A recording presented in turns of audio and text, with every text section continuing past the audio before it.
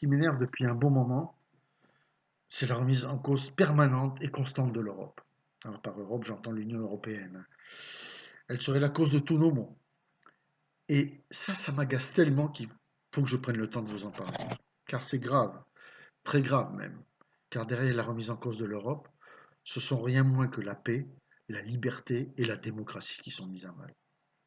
Alors vous aussi, vous devez l'entendre, la petite musique du bashing anti-européen qui, au fil des années, s'est développée, a pris de l'ampleur et a fini par devenir une évidence que personne ne questionne ou ne conteste. Peut-être même que cette petite ritournelle vous séduit et vous charme. Moi, cette musique, elle m'horripile. Alors je sais, mon discours n'est pas dans l'air du temps, mais j'ai envie de tout faire pour qu'il y revienne. En fait, j'aimerais vous proposer une autre ambiance musicale, un autre air, un autre chant. Pourtant, je dois commencer par admettre qu'il semble bien qu'il y ait quelques raisons à l'existence de ce bruit de fond désolant. L'Europe, c'est une bureaucratie pléthorique et coûteuse. L'Europe, elle décide jamais rien. L'Europe, ça nous coûte un bras, tous ces fonctionnaires, tous ces bâtiments qu'il faut payer et tous ces pays pauvres qu'il faut financer. Et du coup, ça nous coûte beaucoup plus que ça nous rapporte. Et vous trouvez qu'on a les moyens pour ça? L'Europe, une supranationalité qui met à mal notre souveraineté nationale. L'Europe, l'Europe, l'Europe. Les critiques sur l'Europe reviennent de façon récurrente à l'occasion de chaque crise que nous traversons, mais également à l'occasion de chaque élection. Ainsi reviennent sans cesse dans le débat tous les préjugés anti-européens qui nous sont servis et resservis en guise d'arguments. À tel point que, souvenez-vous, lors du débat pour la présidentielle de 2017 en France, sur 11 candidats, seul Emmanuel Macron s'était clairement affiché comme pro-européen. Alors, cette musique lancinante qui se développe sur des accords mineurs, c'est la musique des passions tristes. Elle chatouille nos émotions, elle surfe sur notre capacité au ressentiment, pour au final court-circuiter notre raison. Alors, mon propos aujourd'hui, ça ne sera pas de répondre point par point, argument contre argument à ces critiques, qui sont d'ailleurs parfois fondées, et qui sont même finalement les mêmes qui peuvent être faites à la majorité des équipes dirigeantes de n'importe quel pays européen, de n'importe quel pays d'ailleurs. Franchement, l'Europe, ça se joue à un autre niveau. Et c'est pour cela qu'il faut élever le débat, l'extraire de la médiocrité ambiante, les analyses à l'emporte-pièce, bâclées, saisies dans l'air du temps et des idées toutes faites, du prêt-à-penser ou de la mode. Oui, je crois qu'il est temps maintenant de faire entendre une autre musique, plus respectueuse, plus solennelle et plus grandiose aussi. Alors voilà ce que je crois. L'idée qui fonde l'Europe, qui fonde l'union des peuples européens, la clé de l'Europe, de son passé autant que de son avenir, son héritage autant que son idéal, c'est tout simplement la paix. Oui, la paix avec un grand P. Et l'idée de paix, elle est indissociable des idées de liberté et de démocratie. Pas moins. Vous voyez donc pourquoi l'enjeu est considérable et à quel point il n'a pas de prix.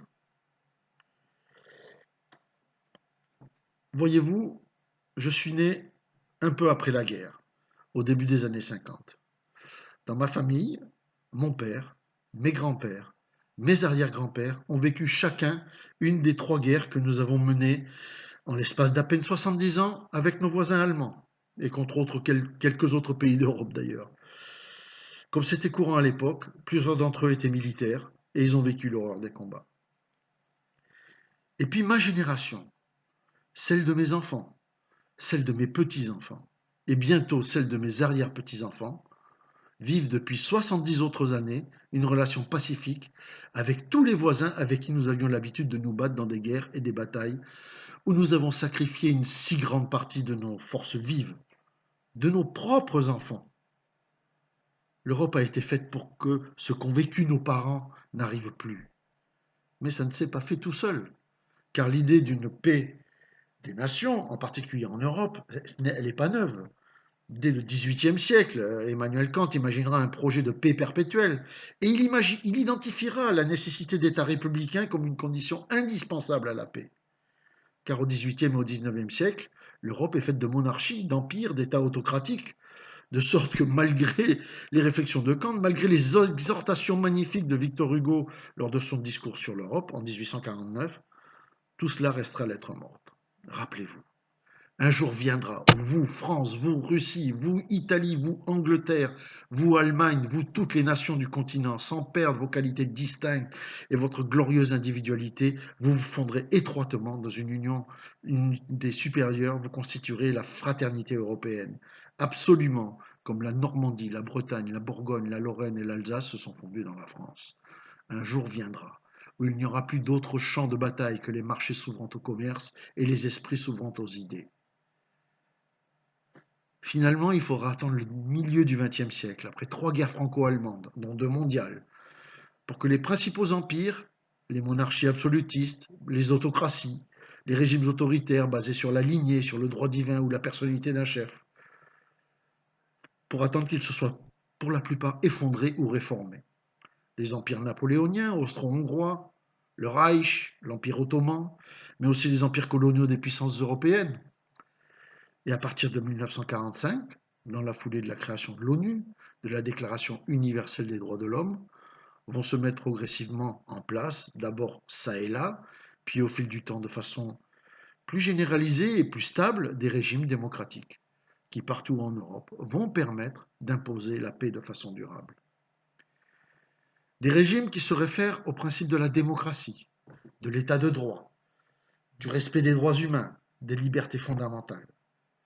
Ils vont enfin permettre de mettre en acte les visions de Kant et les prophéties de Victor Hugo.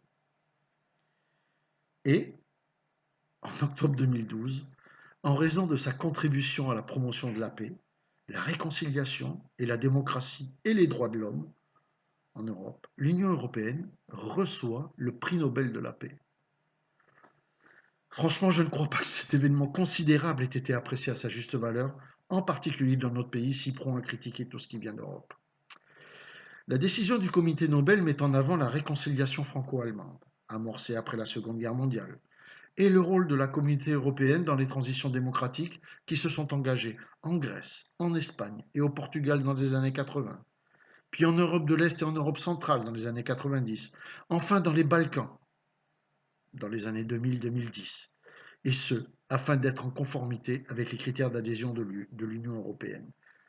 Car oui, adhérer à l'Union, cela signifie, je le rappelle, l'acceptation de critères nombreux, au nombre desquels l'état de droit, la démocratie, la liberté de conscience, de déplacement, la liberté de la presse, la liberté d'entreprendre, le respect des minorités, etc., etc.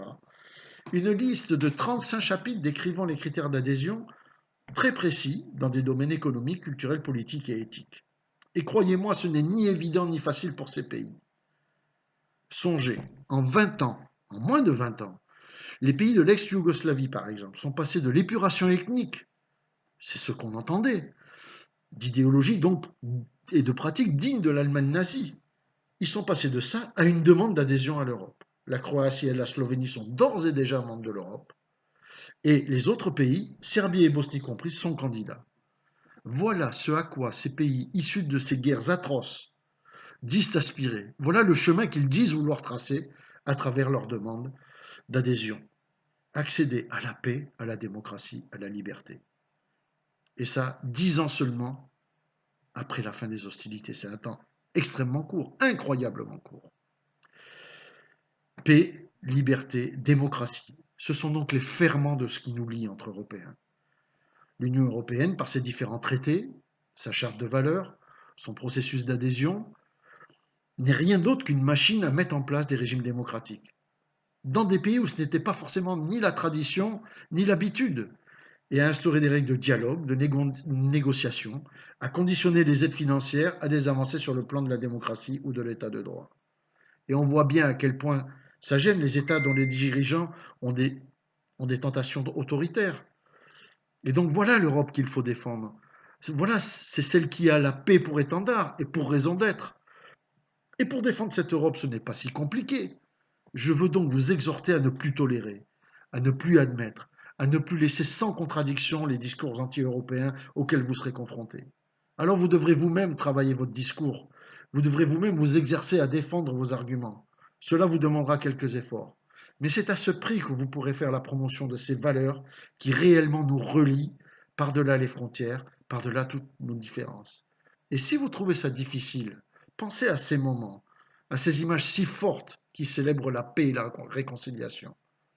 Willy Brandt s'agenouillant au mémorial du ghetto de Varsovie en 1970, François Mitterrand et Helmut Kohl se tenant par la main devant l'ossuaire de Verdun, et enfin, peut-être plus que tout, plus symbolique que tout, euh, Rostropovitch qui joue Bach devant les ruines du mur de Berlin.